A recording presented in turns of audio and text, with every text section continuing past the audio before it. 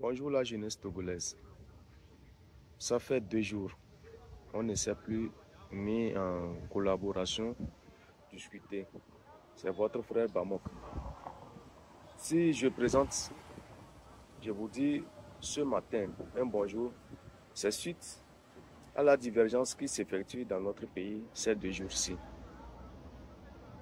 Monsieur Mark Nda, dans ses allocutions, a vu que à un certain moment donné, le train de la liberté n'a plus d'importance au sein de la population togolaise.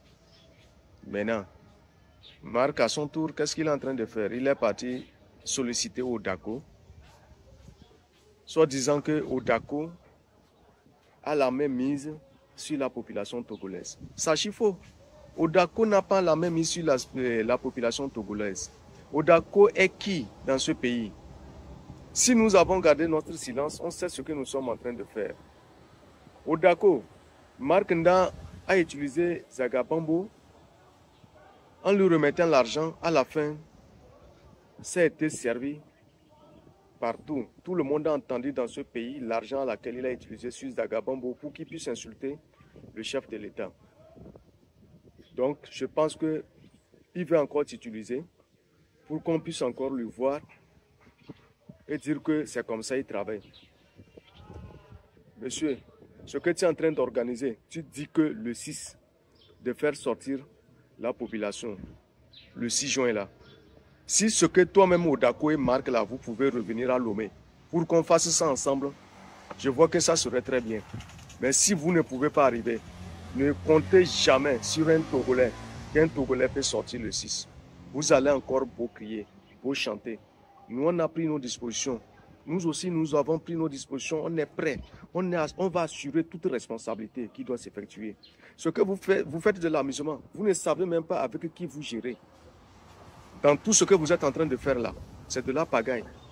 Tous les blogueurs, tous ceux qui sont en Europe, les gens stressés, que dans leur famille ne peuvent même plus revenir construire une seule piole pour pouvoir dire que c'est l'État qui les renvoie.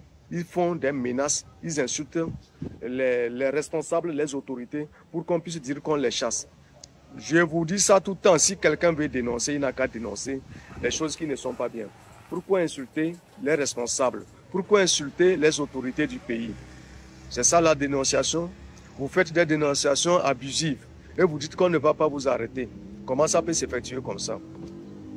J'ai vu dans certaines vidéos le pasteur Kefas qui est en train de parler qu'on n'a qu'à libérer Odako et qu'on n'a qu'à libérer Amron. Si on ne libère pas Amron, on risque, ça va se dégénérer. Le pasteur Kefas, je vais te dire, quand tu as commencé depuis Béchâteau à escroquer la population là, jusqu'à arriver à Sagbado, ce que tu as escroqué à cette population avant de pouvoir quitter, prendre leur argent, aller te mettre dans ce pays, aux États-Unis là-bas. Là où tu es là, nous on connaît là-bas.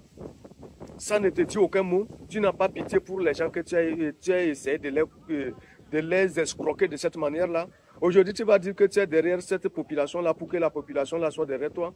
Et que l'église même que tu as laissée dans ce pays-là, tous les pasteurs qui sont de ton côté-là, qui travaillent pour ton église-là, demande-là, ils me connaissent. Ils savent qui je suis. Ils savent de quoi je suis. Les pasteurs là savent ce qu'ils font en circulation. Et quels sont ces pasteurs là, ce qu'ils sont. Toi, tu vas nous dire aujourd'hui que tu es un homme de Dieu. Quel homme de Dieu tu es?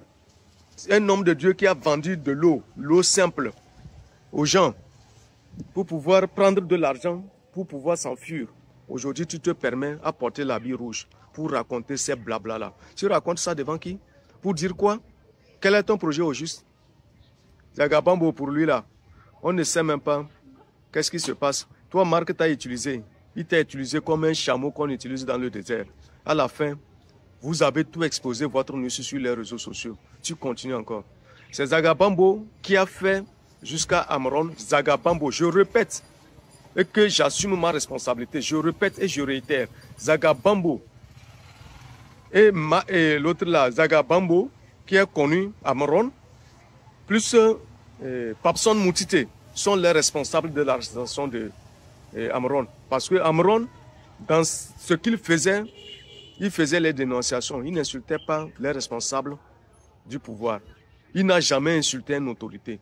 Mais quand il a connu les deux membres là, c'est comme ça, il s'est jeté dans une situation à laquelle aujourd'hui il s'est retrouvé. Et que ces gens sont encore derrière en train de raconter de n'importe quoi.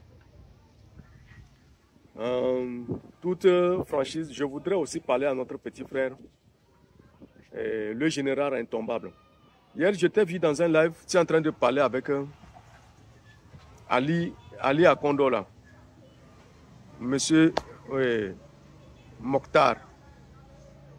Mokhtar, si il est en train de te dire, on dit, si tu as donné, si tu dis, tu es en train de dire que c'est comme ça, tu es en train de dire que c'est comme ça, le général intombable. Tu es en train de dire qu'on est fatigué, on est fatigué. Si les gens te demandent pourquoi tu dis que tu es fatigué, ce n'est pas ces gens-là d'aller donner tes explications. Tu n'as rien à donner d'explication à quelqu'un. Si tu es vraiment conscient de ce que tu as fait, tu n'as pas besoin de donner d'explication à quelqu'un. Ce n'est pas eux qui vont t'appeler, te demander pourquoi tu as dit on est fatigué et puis tu vas donner des explications. Ces explications-là, moi je vois que tu n'es pas clair dans tes explications. Il faut qu'on se dise la vérité. Si vous vous permettez de faire ça et vous voulez jouer à double jeu, nous là, on est déterminés. On ne joue pas avec ceux qui font le double jeu. On ne traite pas avec ceux qui font le double jeu. Méfiez-vous. Prenez votre mesure.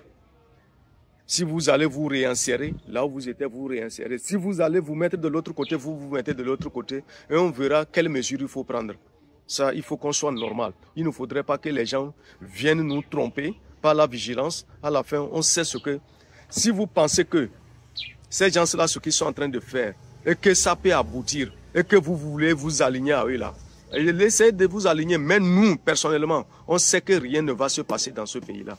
Et que on doit jouer, peut-être si c'est un jeu qu'ils veulent faire, le jeu là, on doit jouer jusqu'à la fin du sang de tout un chacun. Nous sommes déterminés.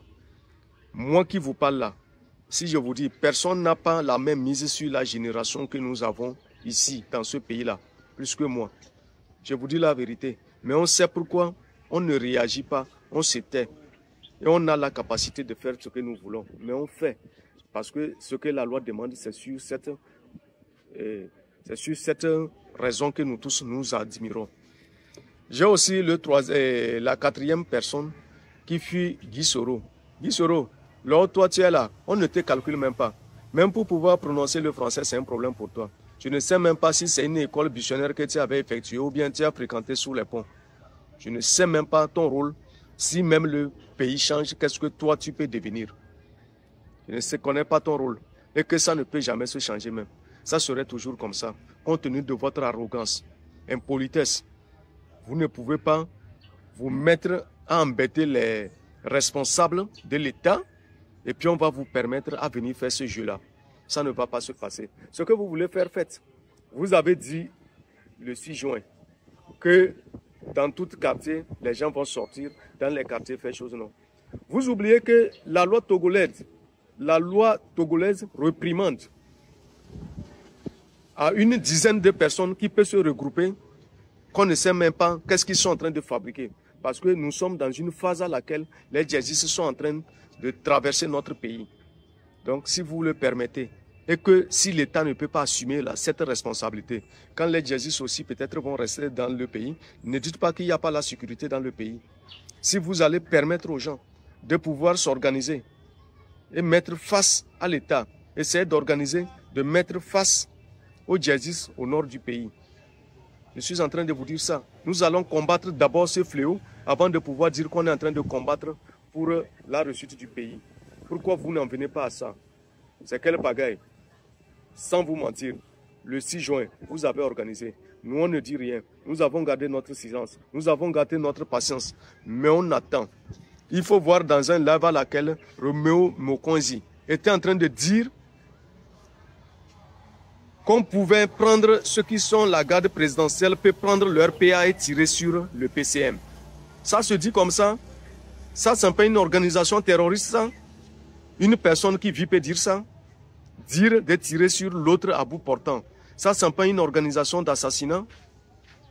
Et vous allez dire que ces gens-là sont en train de faire de la plaisanterie? Nous aussi, nous prenons nos dispositions. Je pense que moi qui est en train de vous parler là, moi je dis et je réitère, je n'ai pas peur de quelqu'un dans ce pays. Je sais qu'est-ce que ce pays est. J'ai vécu dans ce pays dans la souffrance. Moi-même, je me suis fait constituer moi-même. Mais je n'ai pas peur de quelqu'un. Du moins que je dois du respect à beaucoup de personnes. Si vous voulez qu'on reste ensemble pour travailler, pour que le pays se développe, on doit rester. Mais si vous voulez faire des menaces, pour que cela soit ainsi, nous allons tous se chirer. Et que si le pays doit se déchirer, ça doit se déchirer. Mais vous n'avez pas l'opportunité, chaque jour, commencez par insulter le PCM comme si c'était un individu vulgaire dans la rue. Ça, on ne va jamais vous tolérer ça. Comprenez ça. Je vous dis et je vous le répète. Merci. Oui, bonjour la jeunesse togolaise. Ça fait 2 jours. On ne s'est plus mis en